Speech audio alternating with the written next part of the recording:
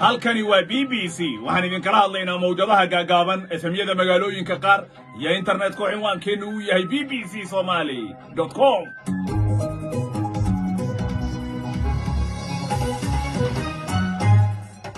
galab wanaagsan dhammaantiinba afrikada bari saacaddu waa 5tii galabnimo oo gow ah barnaamijka dunida iyo maanta qodobadan idinkugu hayo waxaa ka mid ah sharci cusub oo doorashooyinka Somaliland ku saabsan oo shalay baarlamaanka Somaliland uu ansixiyay oo muran weyn uu ka taagan yahay waxaa jira xildhibaano diidan qaabka wax loo soo dooranayo meelaha aan diyaar looga ahayn oo la isku haysto kafalkiiyo khilaaf ka jira meelaha saarnay in daawo loo helo laakiin anagu waxaan isla doonaynay dalku in la isla doono Somaliland meelaha dimada laga codeeyo diiwaangelintana la geeyo la isu soo jiido balse waxaa jira xildhibaan taageersan qaabka doorashada ay u dhaxaysay isla markaana diidan xildhibaanada qaar oo isxambaar wax la yiraahdo baarlamaanka ku jooga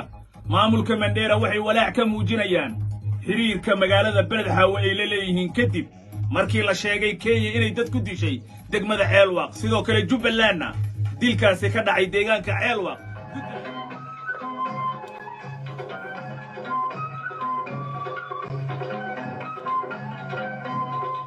halkani waa BBC waxaan idin kala hadlaynaa mowjadaha gaagaaban efemyada magaalooyinka qaar iyo internetka cinwaankeenu uu yahay bbcsomali.com.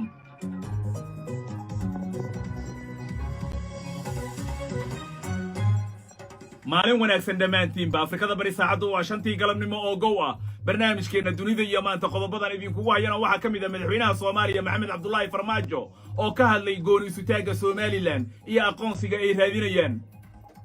aqoonsanaysa gobolka ka tirsan Soomaaliya ma jirto laakiin dhalinyarada iyo shacabka baa waqti laga luminaya waxay maraysaa maanta 30 sano maraysaa Somaliland madaxdeedana wax walba waa sameeyeen meel walbana waa u galeen sida ku hilaayeen aqoonsi macnaheedu waxay tahay dawlad Afrika ka tirsan oo la kala gooraya ma jirto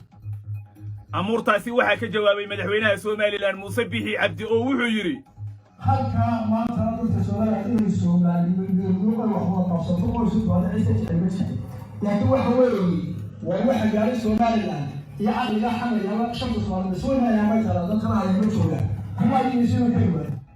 sharcigii doorashooyinka oo baarlamaanka Somaliland uu ansixiyay Armenia iyo Azerbaijan way islaayeen sidoo kale waxaad maqli doontaan ninkii Firdawsi Rawaw lixdan sifaad baa ka xigtaaba oo maxay kala yihiin fi salaatihim khashi'uuna salaada markay galayaan ilaahay ha u naxariistee waa codkii Sheekh Cali Guure oo ka mid ahaa shuyuukhda gobolka waqooyiga bari ee Kenya oo maanta ku geeriyooday magaalada Garissa sidoo kale waxaad maqli doontaan barnaamijkii mowjadaha baraaruga iyo ciyaarihii idaacadan waxaa wadajir u soo saaray Ciise Xaaji Cabdullaahi Axmed iyo Axmed Mursal aniguna waxaan ahay Cabdirasaaq Xaaji Catoosh dunida iyo maanta